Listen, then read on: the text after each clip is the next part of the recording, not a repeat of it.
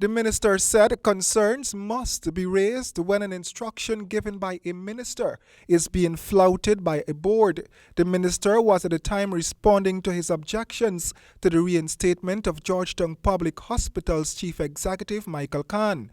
Though the minister believes that Khan should not be on the job, given a number of irregularities found in the forensic audit reports, the board, through its chairman Mr. Glenn Hanoman, went ahead and reinstated Mr. Khan. In an interview with Nightly News on Wednesday, Minister George Norton said that he is not trying to dictate the work program of the board, but he is doing what is in the best interest of the Guyanese people. One got the impression that with some amount of haste, the chairman of the board claimed that the board made a decision to reinstate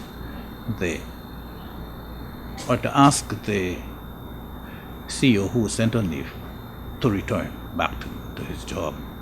And I ask that he just hold his hand until we can get into more detail with regard to that forensic report, especially since the chairman was claiming that there was no wrongdoing.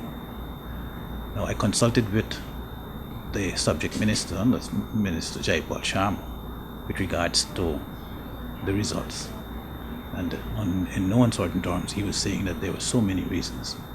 The minister said the situation is one which he is not comfortable with and expressed disappointment that board members will flout his orders and decisions and do what they feel.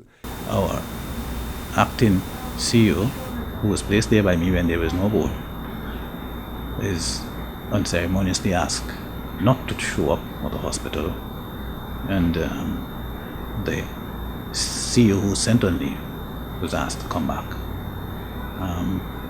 This was in spite of the fact that I asked the chairman of the board to hold until we can get a discussion at the level of cabinet. Minister Norton said too that the findings of the audit reports are glaring and he sees no reason why the hospital CEO should be back on the job. The minister posited that he will do what he feels is best since he is the person responsible for the health sector. Regardless of how independent, how competent, and how noble is the aims and objectives, the modus operandi of the board and its chairman, the minister has to have hands-on approach. That is the way I plan to do it, because at the end of the day, the minister is responsible for all that takes place in the health sector. The health minister said that one would expect he be kept in the loop by the board, but that too is not forthcoming.